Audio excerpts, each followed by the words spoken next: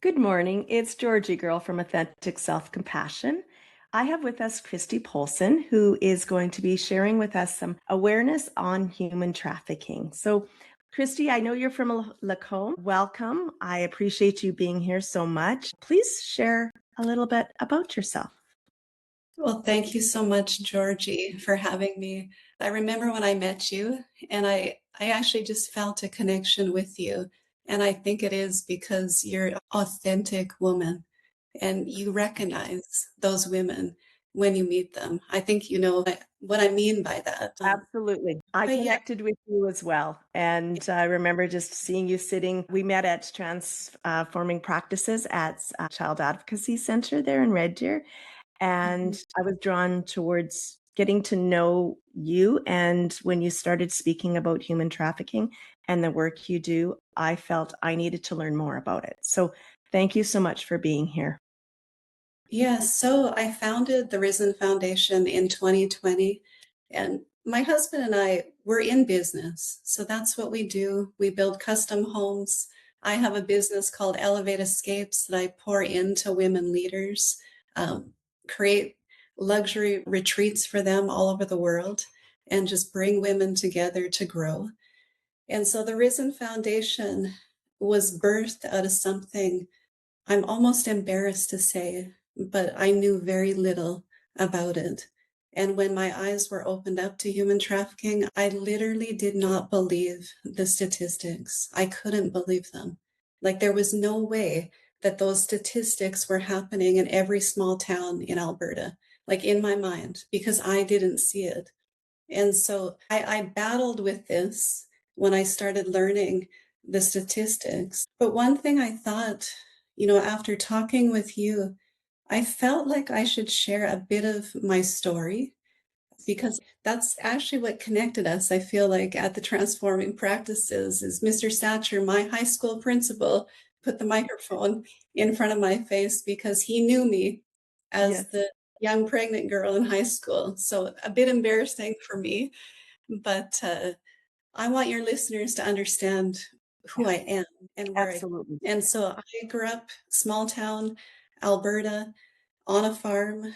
Dad taught me how to drive at a very young age. I remember having to stand in front of the steering wheel in the old Dodge pickup to actually reach the pedal. So that's how little I was. And so we learned how to work at a very young age. So I was driving combine, grain truck, the versatile, yeah, just everything on the farm we could do. And if you needed canning done or pies made or, you know, I know how to butcher a chicken. If you need help doing that, I know how to do it. Or castrating piglets. Like I know how to do all these things. Yes, good for you. I couldn't even kill a mouse yesterday.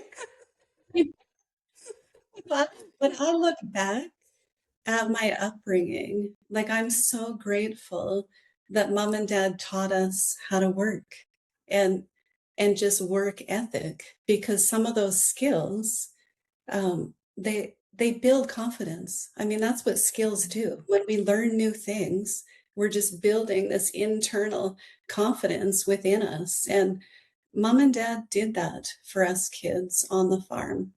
Yeah. And unfortunately, uh, I was in grade six. Mom and dad got divorced. And so that, for me personally, it totally shook my world because the farm, the home life was what I loved. And like literally, if I didn't have to leave the farm, like I loved it. And so the divorce just shook that whole world. And I immediately felt um, that I didn't belong. Like it was just it hit my heart. I was rejected. Dad leaving must have meant that I was not wanted. I wasn't good enough. And rejection took a pretty big hold in my heart. And as I believed um, that lie, that I was rejected and not wanted, it just grew.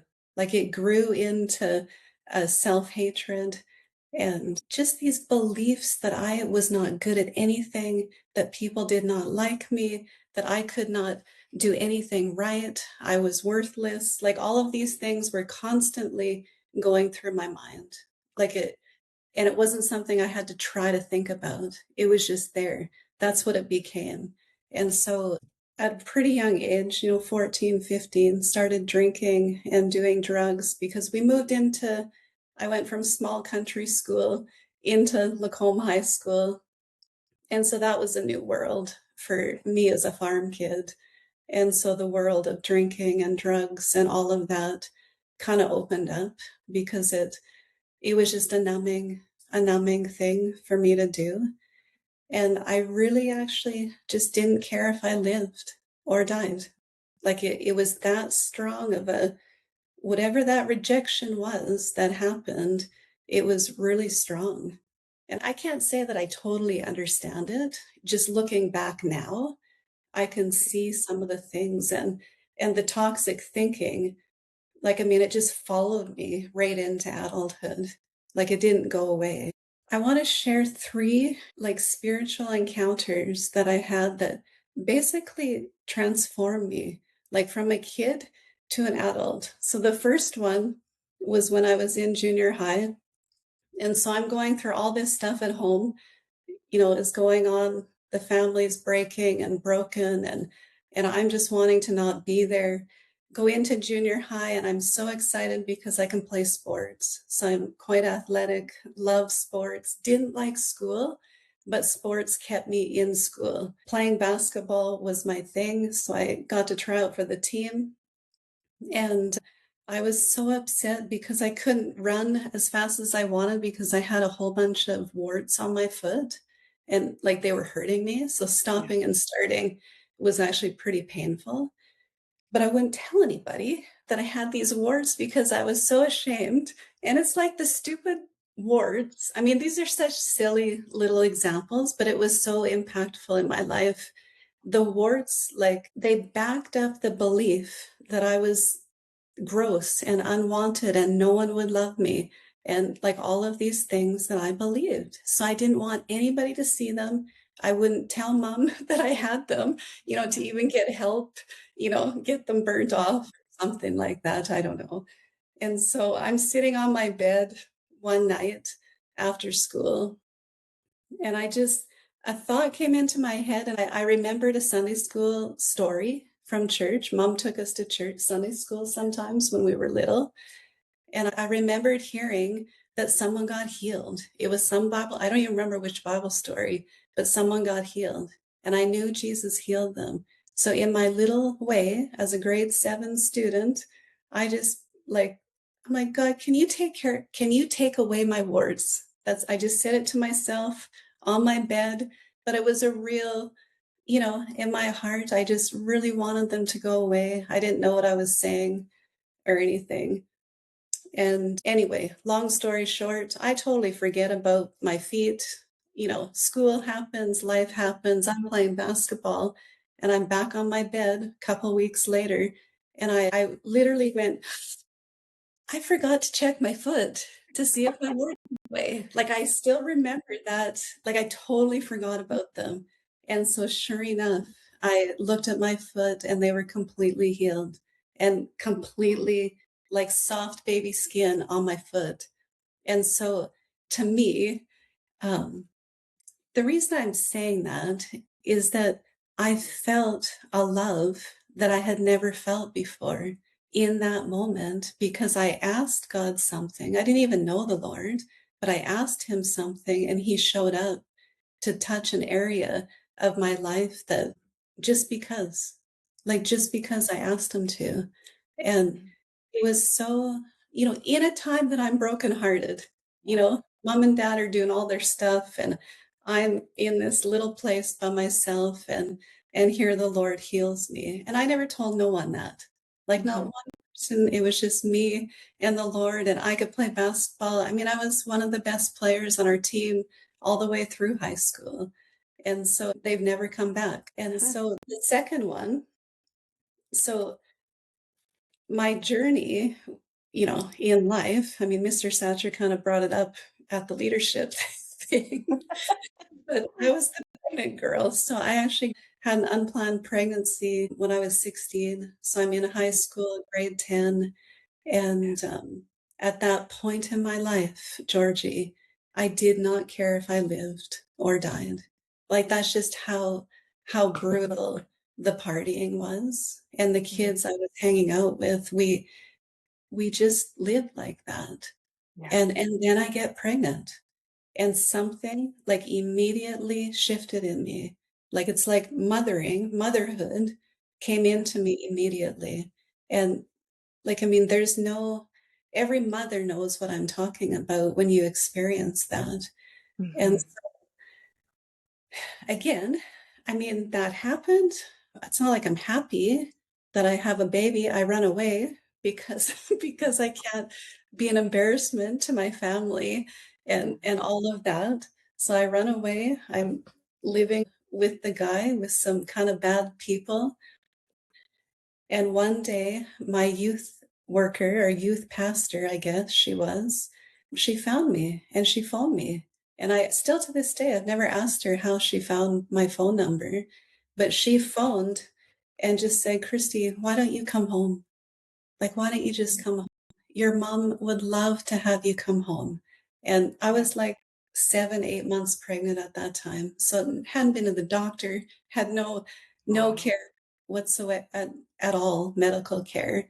And and in that moment, that lady's compassion and her words, they did something into me. Like I hung up the phone and they gave me courage to phone my mom and to ask if I could come Mm. home. Of course, mom was waiting. Like she was just Yeah. waiting to help me, right? Absolutely. And Yes. in my head, the shame and rejection, all of that stuff was just so loud that I couldn't overcome it. And so I agreed to meet my mom. She was going to Red Deer the following night, actually to a church service, which is so weird when I think about when I tell this story. I've told this story 1,000 times, but um, she was going to church, and I'm like, I agreed to meet her at a church. Like, I'm 8 months pregnant. I do not want to be in a church. I do not want to see people that I Yeah. know, like anything, but I had to. And I knew the baby. I could not do this by myself, and I had to live for this baby. Mm. And so I go into this church and I'm just dying, like just counting down the minutes that it ends and want to get out of there. And all of a sudden, I hear the preacher says, "Is there any pregnant women in the room?" He says, "Is there any pregnant women?" He asked 3 times. And the third time, he's like, "Can all the pregnant women stand up?" And I'm like, "You have got to be kidding me." Like, I'm hearing this in my brain. Like, there is no way I'm Yeah. standing. And I'm clearly like, I'm huge. I'm like 8 months pregnant. Everybody can see you're pregnant. And my mom elbows me and tells me to stand up. And there was 3 of us women in that church service that were pregnant. And this man, I didn't know who he was. I didn't know what he was doing, but he just said, "You will have your babies in 4 hours of labor and you will have no pain in childbirth." And that was it. Everybody Mm. sat. I barely listened to him, like, to be honest. Like, I heard what he said, but I was so enveloped with shame and embarrassment, like standing when 300 people could see me and all of this stuff. And we just go home and a month goes by and my son is born on October 11th, 1996. And so I go into this labor room like I'm a kid. Like, it's so funny. I didn't know how young I was, Georgie, until my daughter was 16. Yeah. Like, it really Right. did register until I had my own daughter and watching her grow up. So I go in, they're inducing me for this baby, and I'm by myself as a kid in the labor room. A nurse is hooking me up to the stuff. I know nothing about how to have a baby. Like, I didn't have any classes, nothing. And the nurse kept looking at me funny. She's asking if I'm okay. I'm like, yeah, I just feel my stomach tightening is what I felt, and finally she could not take it. She she pulled the monitor over to me and she's like, "Christy, this is what is happening." She's showing me on the screen these big mountains happening, and that's a contraction. Like, you're having really good contractions. You're gonna deliver the baby soon, and I'm not having any pain with this. Wow. And so I didn't know. I'd never had a kid. Like, I actually had no understanding of what was happening, but the nurses were like, "What is going on?"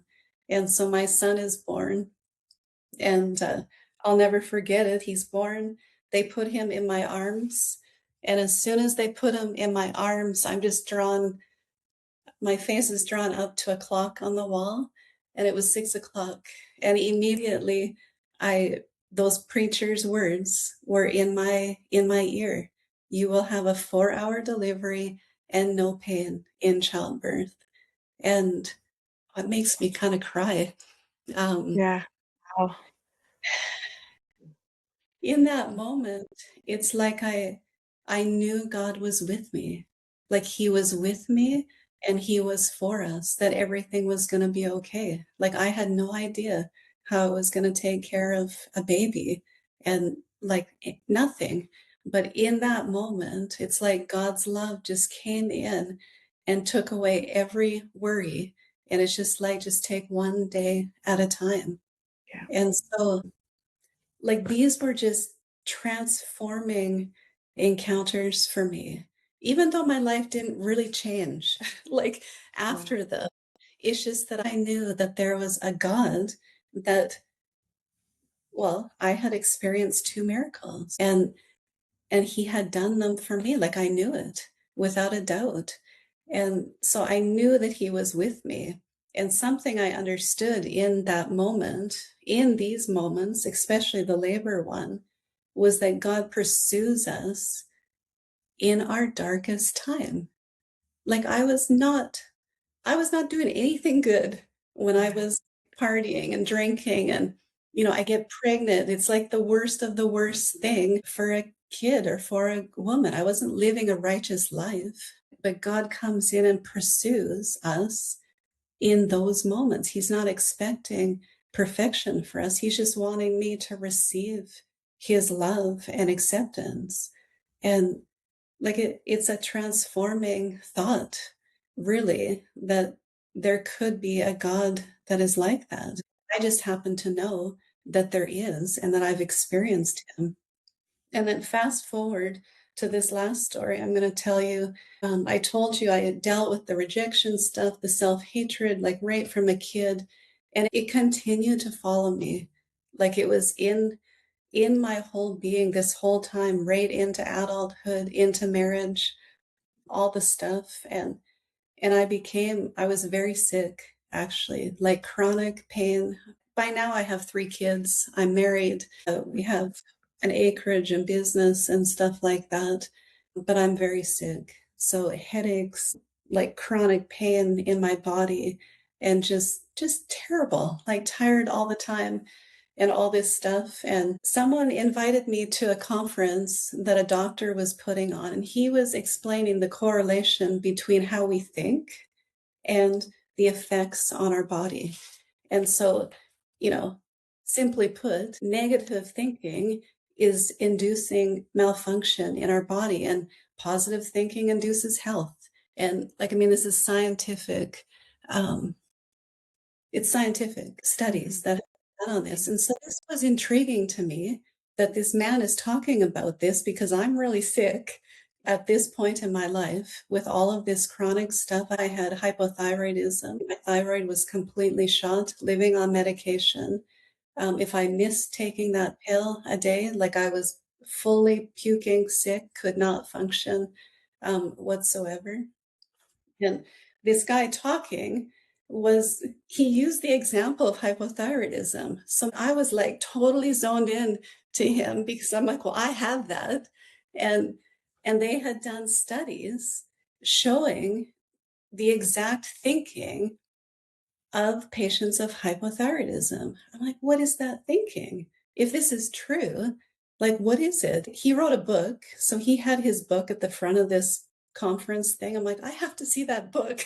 It's Yeah. like, I just went to the front and I looked at his notes because he had his notes all sitting there. People could read them. And I looked up hypothyroidism and the symptoms of what people would would think of themselves.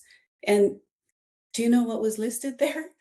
Rejection, self-hatred, generational alcoholism, and like every single thing that was listed that was triggering hypothyroidism in people, like I knew I had. Like I already had had some understanding of this stuff because I've seen it in our family. And so for me, that was another just a transforming moment that gave me hope that I could possibly change.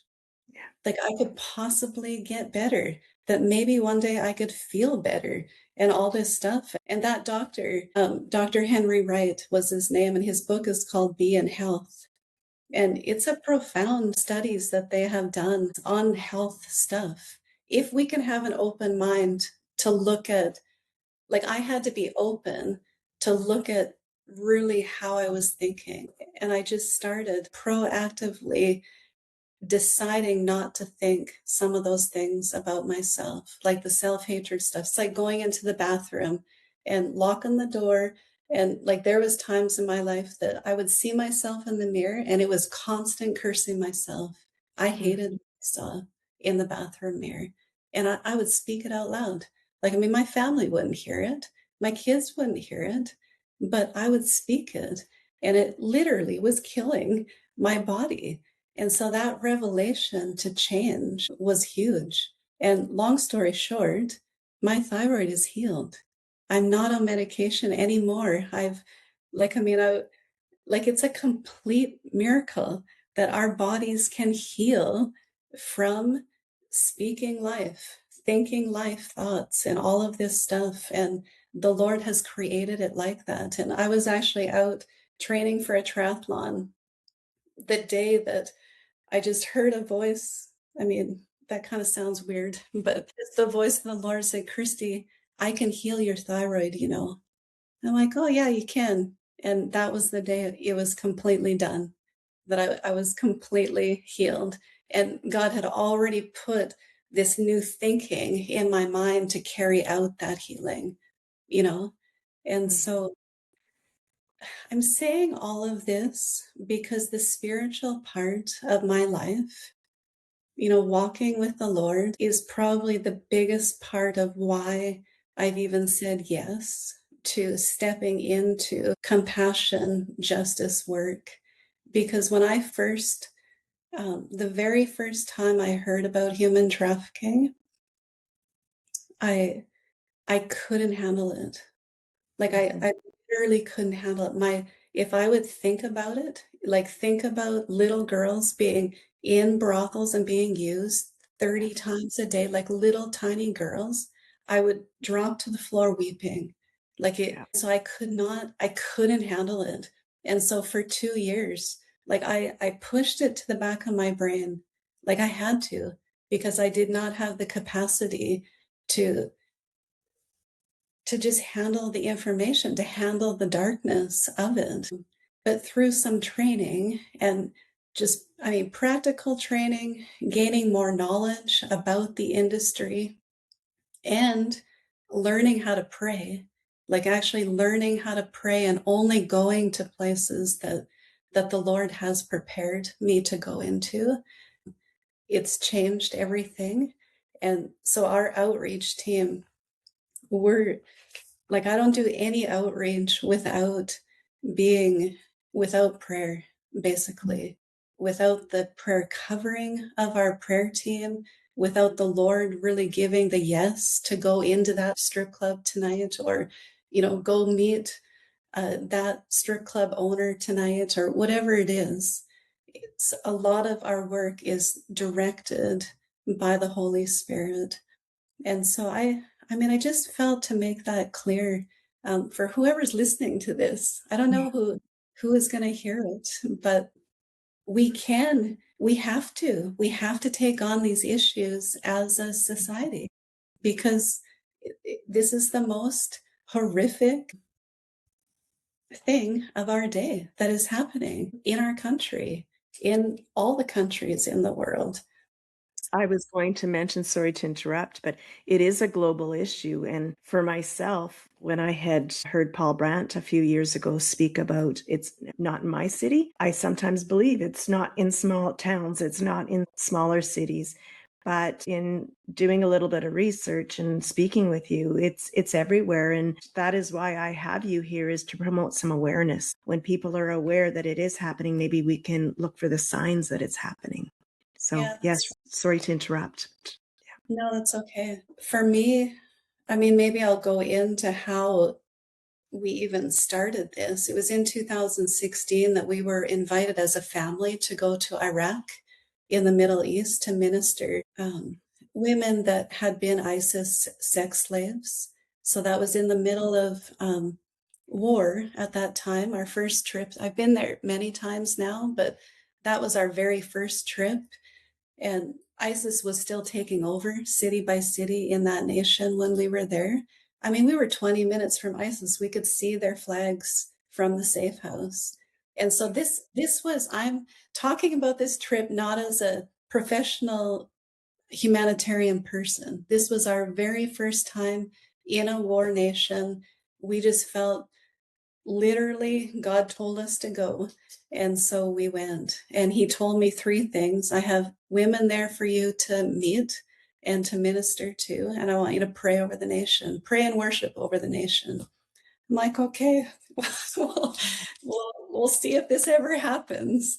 We just said yes in our heart. And literally 2 years later, after him telling us this, we were invited to Iraq. And so you kind of have to go at that point, when it comes to your Mhm. door. But this is where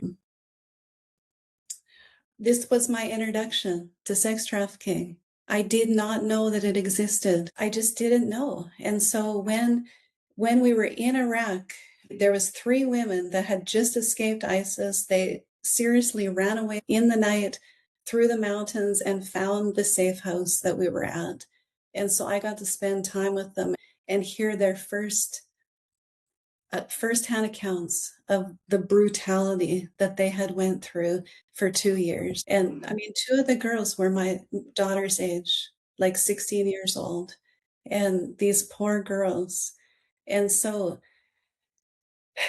when I came home, I felt like I just heard reach out to the sex trafficking victims of Canada. And this blew up my mind. I'm like, that doesn't happen in Canada. I just came from Iraq. And I'm like, that does not happen here. But I knew what I heard. And so I just started learning. I started researching, learning. This is where I was reading all the stats that I did not believe, that I couldn't believe. There was no way. We lived in Ponoka at the time. I'm like, there's no way this happens in Ponoka, Alberta.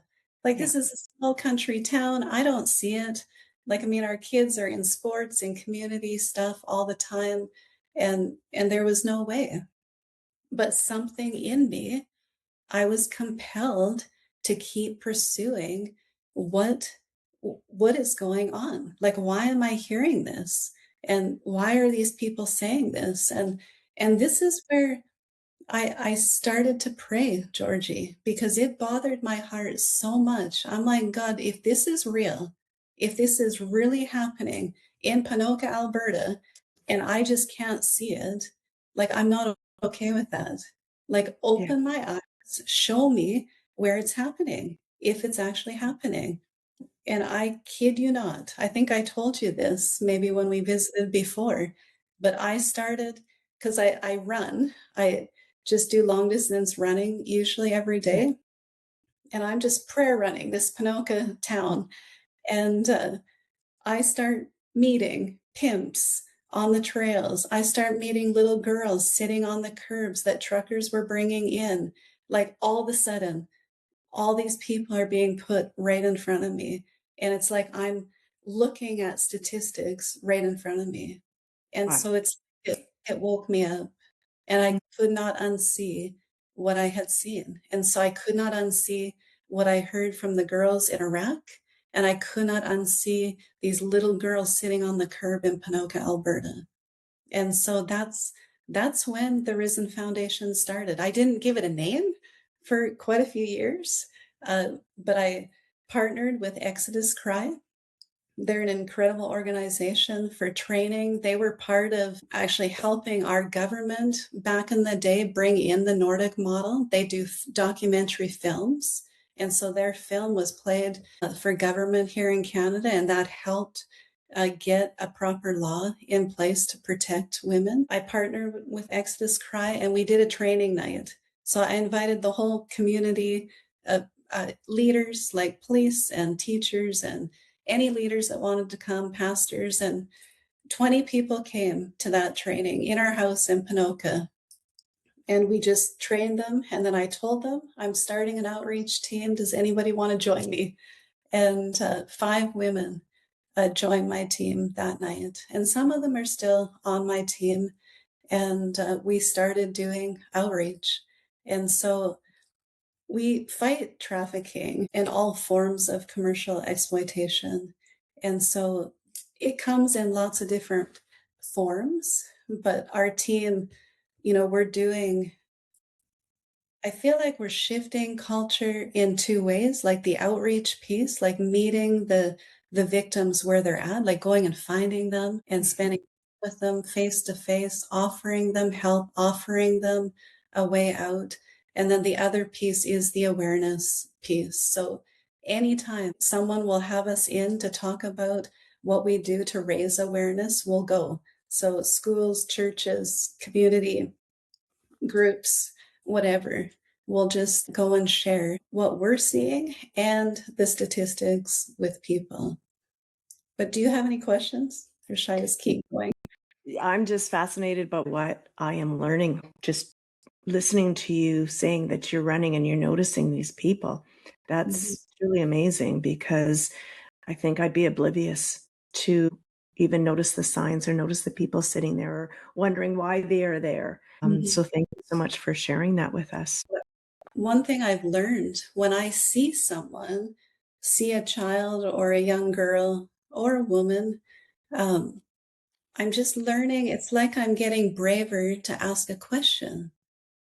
Like if something in my discernment or just something just doesn't feel right, I just ask a question. And just sometimes from that question, something can just open up and you can get the right perspective on the situation. And if they're needing help, then you can, step in that way. And other times it's nothing bad. It's just, Mhm. but asking the question, it gives clarity. And so that's a simple thing that we can give people. I mean, it's just a tool, like, just Yeah. ask a question. Don't be scared to ask someone a question. People love talking to each other. They love to be seen. And if anything, they're just gonna feel seen, that you saw them and that you thought they were important.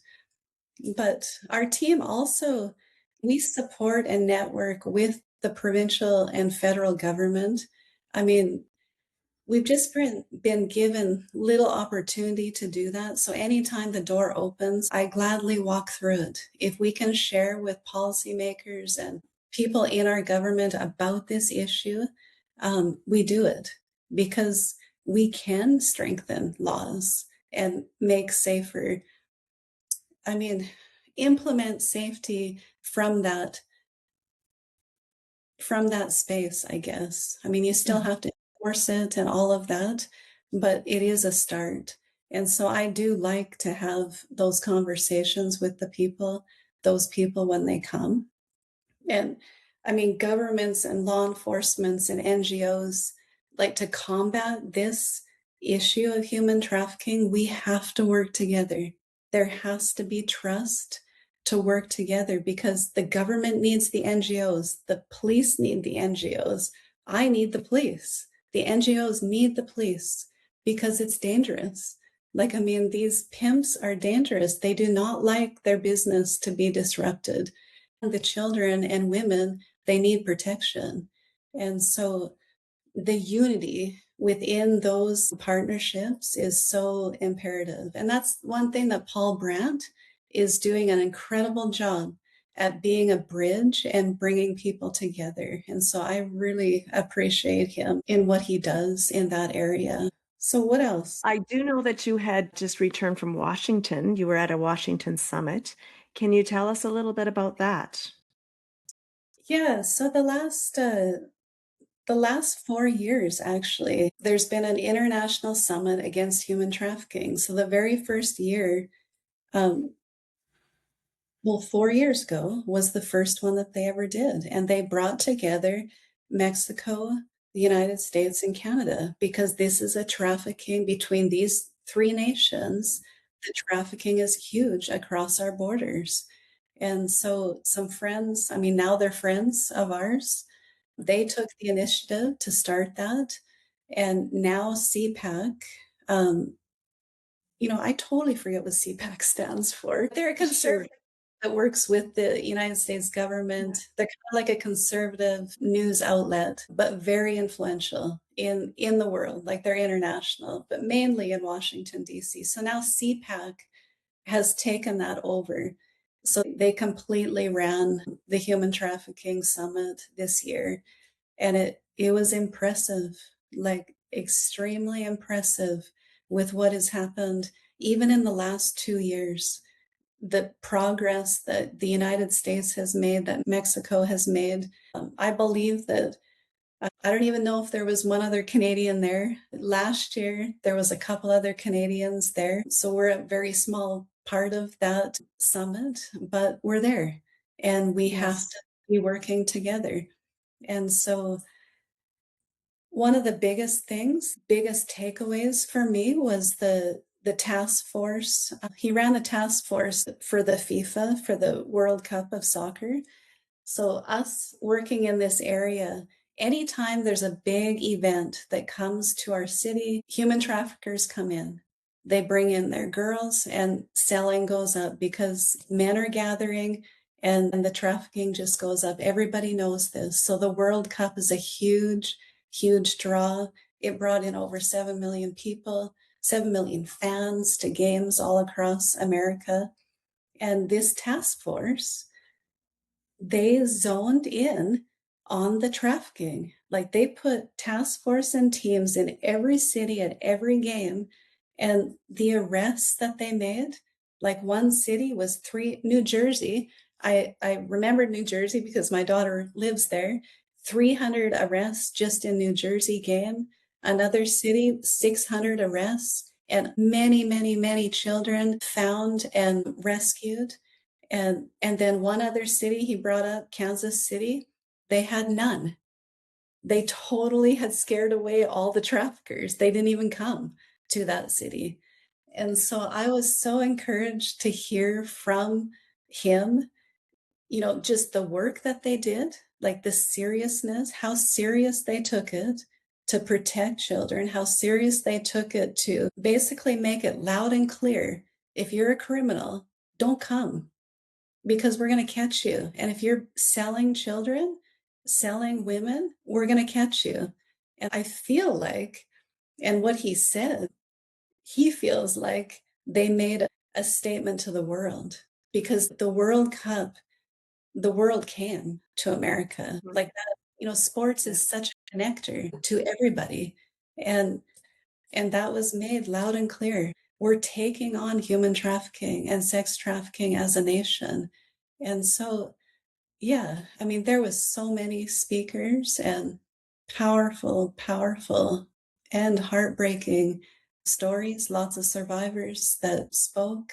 And it was cool to be there. It's always a blessing and an honor to run beside people like that that are they're not just speaking, they're doing, you know?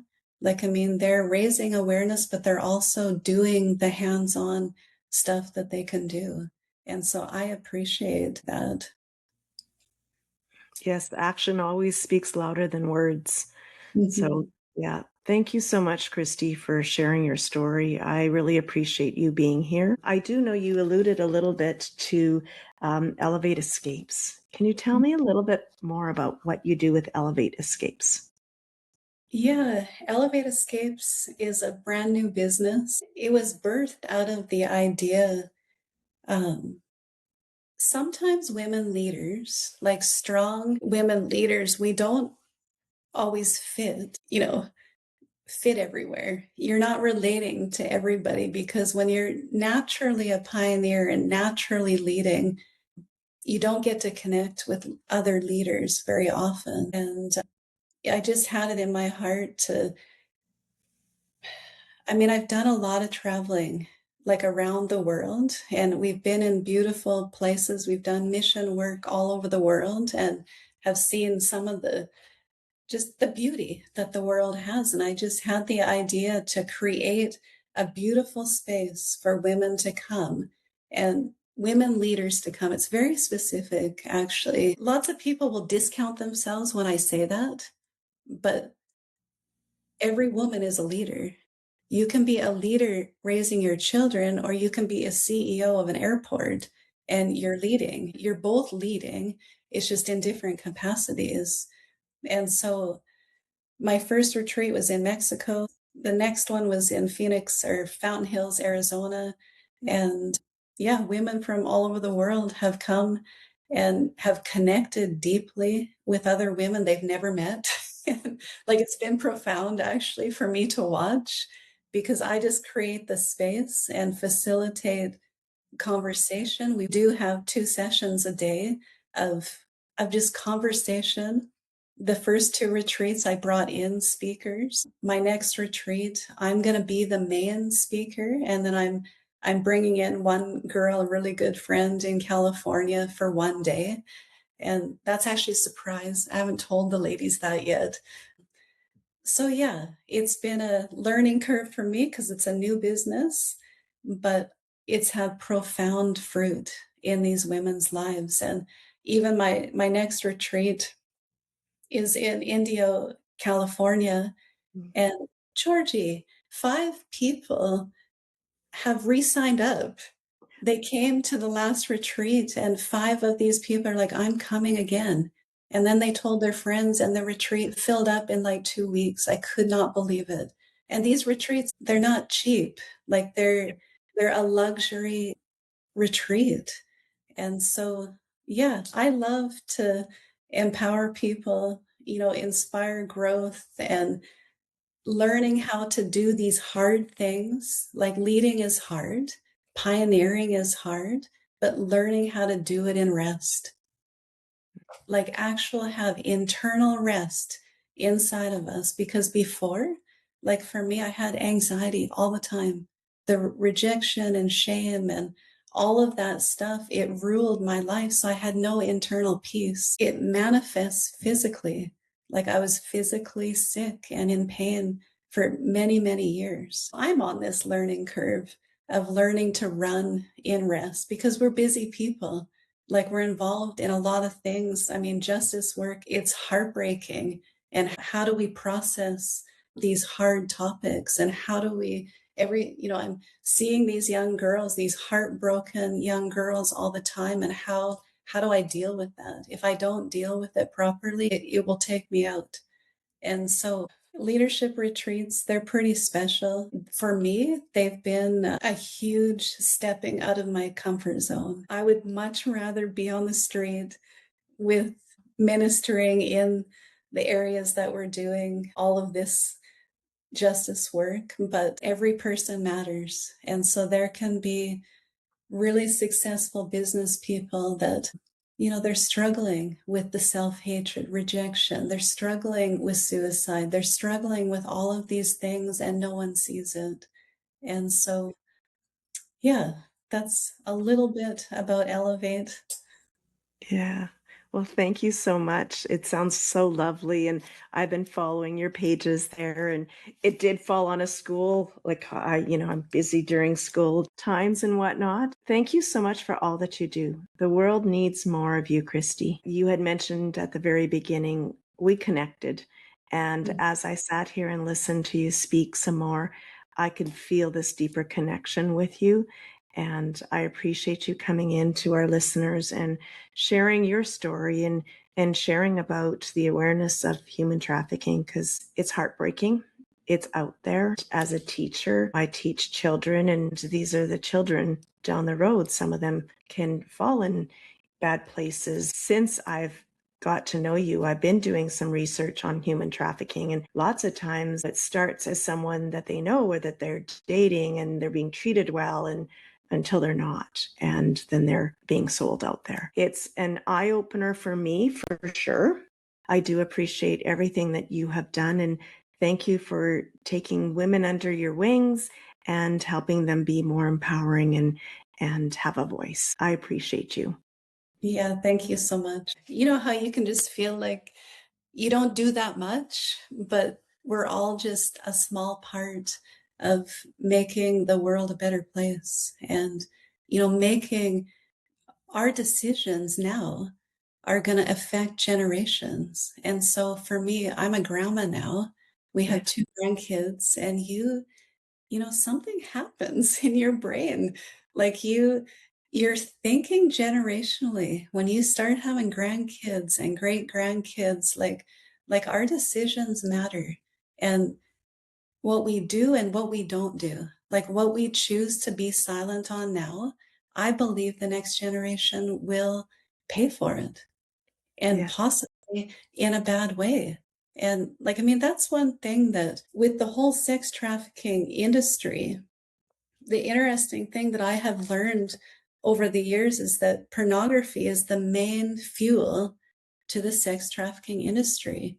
And in culture, we've normalized it's been normalized in every way. If we have this, if we have a phone, Mhm. people are being subjected to pornographic stuff all the time. All of us are. And we're just basically used to it. Even thinking about you being a teacher, I pulled out some stats on that. It's the number one thing fueling trafficking and the effects of pornography on children. Like, if we can understand this as educators, it might give you and your teaching staff understanding of the behavior that you're seeing in a classroom, even if Mhm. you can recognize it.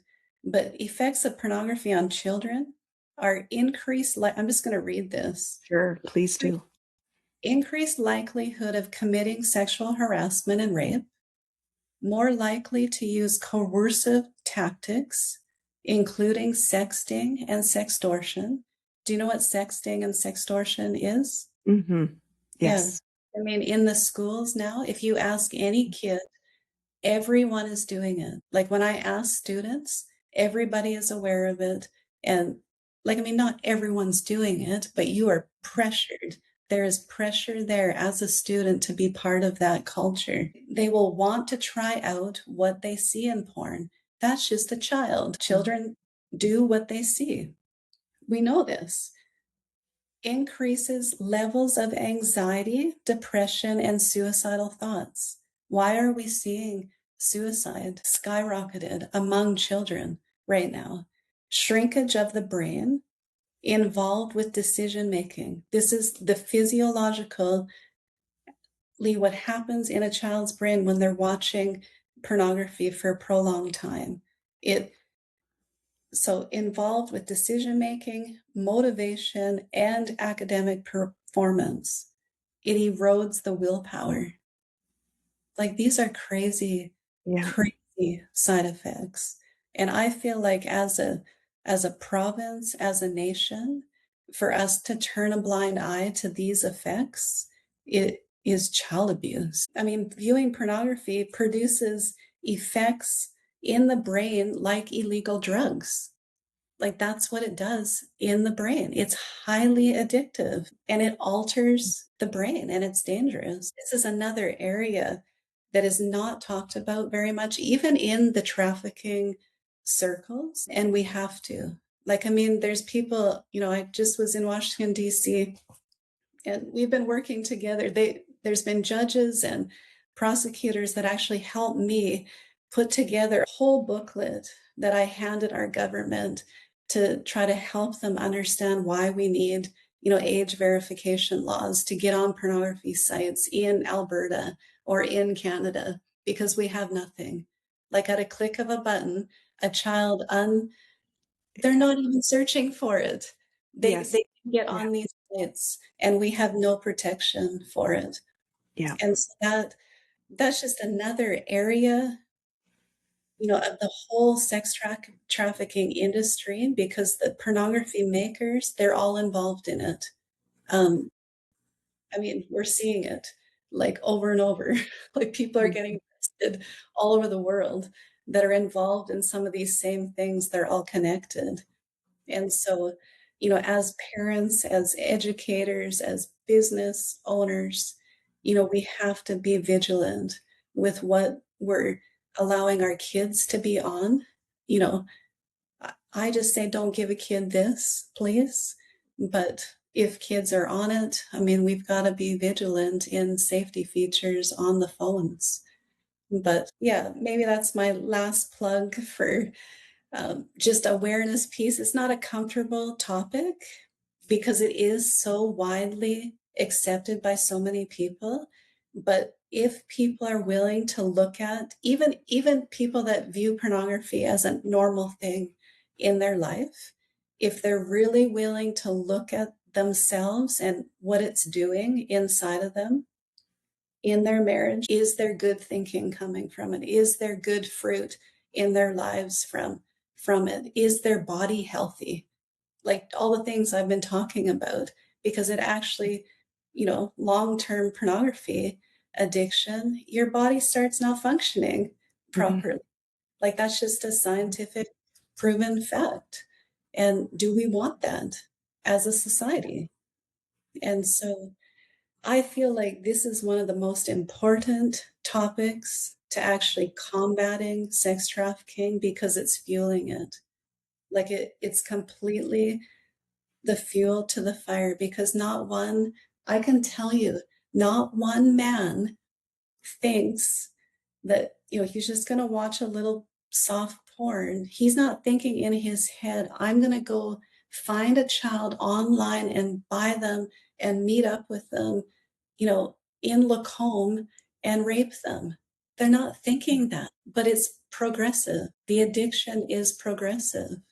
And yeah, like, I mean, I'm saying those situations because I know those situations. Like, I Right. mean, I've met with those little girls that were raped, that went and just met a guy online. He was a business owner, he was a coach for sports, a dad, you know, I mean, a good person in the community. We can't say that he just thought that he would do that someday. But the addictions can grow into this stuff, and that's just a reality. And so there is lots of help for people. And I think that's a big thing that people need to know, that you can get free of a pornography addiction, just like you can get free of a heroin addiction. Like, it is possible. There is so many people that their lives have been transformed. They're not doing drugs anymore. They're they're free of this stuff. Like marriages are healed and all of that. And so I love to, I mean, I don't love it, but I love to give people hope that are stuck in the pornography addiction, because they literally feel stuck and the shame keeps them in the cycle. And then people get hurt like children. And so I feel like I have a duty to let people know the consequences of pornography viewing and the consequences of children, their brains and eyes being subjected to it. But anyway, that maybe wasn't a fun topic to end on. Um, No, the topic is heavy, but it needs to be heard. there's lots of hope. Like, I mean, Yes. a lot of hope in all of this hard stuff. Even a child that's been trafficked. I just spent, 3 days in DC with survivors. These women are absolutely incredible. Like they've overcome, they're rock stars. Like honestly, they're influencing the world. They're influencing the US government, the Canadian government, the UN, and and they're just doing it. Like, I mean, they want to help as many people and let any trafficking victim know that change is possible. And so there's lots of hope. Yeah. Well, thank you. And we're going to end it there where change is possible. Yeah. So thank you so much, Christy. Okay. Thank you. Thank you so much.